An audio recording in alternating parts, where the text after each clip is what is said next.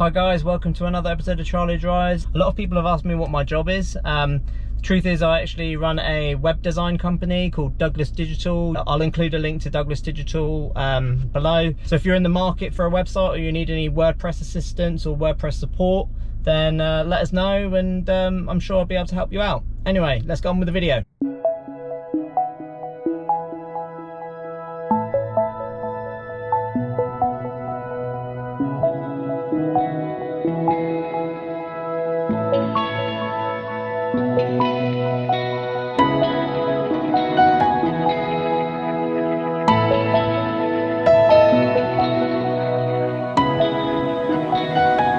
This video is 5 things I hate about the new Land Rover Defender. If you haven't already seen my 5 things I love about the Defender, click on the link up there.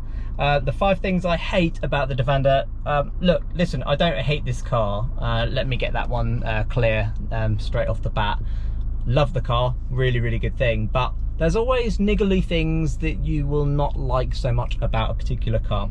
So, the first thing that I hate about the new Land Rover Defender is the door buttons. The door handle buttons, whilst they are super cool, and I think they are supposed to be a design nod back to the old buttons that you'd press to open the old car, they are so annoying and really, really difficult to get used to. The second thing I hate about the new Land Rover Defender is the rear seat. There's no electronic button to fold down the rear seats. Now, I totally get that, you know, let's try to minimize on electronics, and you know, the more things that are electronic, the more things that could potentially go wrong, and a lot of people think that the new Defender is going to be something of an electronic nightmare when it goes wrong, if it goes wrong. But the rear folding down the rear seats from the back of the old Land Rover Discovery was a really, really nice feature, and it made things super, super easy. The third thing I hate about the Land Rover Defender, and it's quite a negative point actually, is that there is quite a limited amount of secure storage. And when I mean secure storage, I mean storage where you put things away. So normally you might have used this as perhaps a bin to store things that you wanted to keep secure. However, that is actually a fridge, so a little bit difficult to do, and the glove box is incredibly small for the size of the car itself.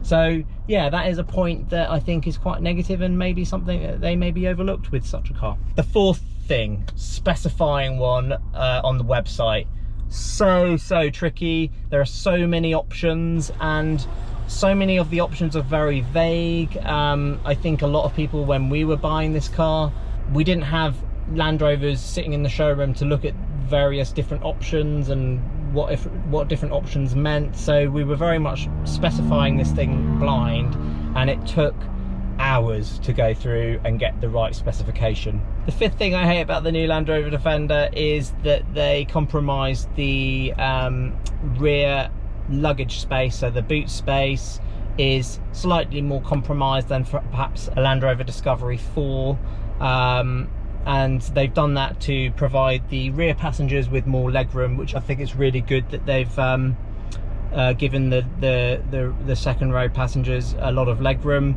But it would be quite useful if the second row was movable, and you could adjust how much space that you had. But that being said, if you compared this to a classic Defender, which we will be doing a video for in the future, you will see that actually the boot space in the new Defender is pretty comparable, if not slightly bigger than the classic Defender. Anyway, hope you're enjoying these Land Rover videos. Definitely get subscribed. Thanks a lot for watching, and I look forward to seeing you for the next video. Cheers, bye.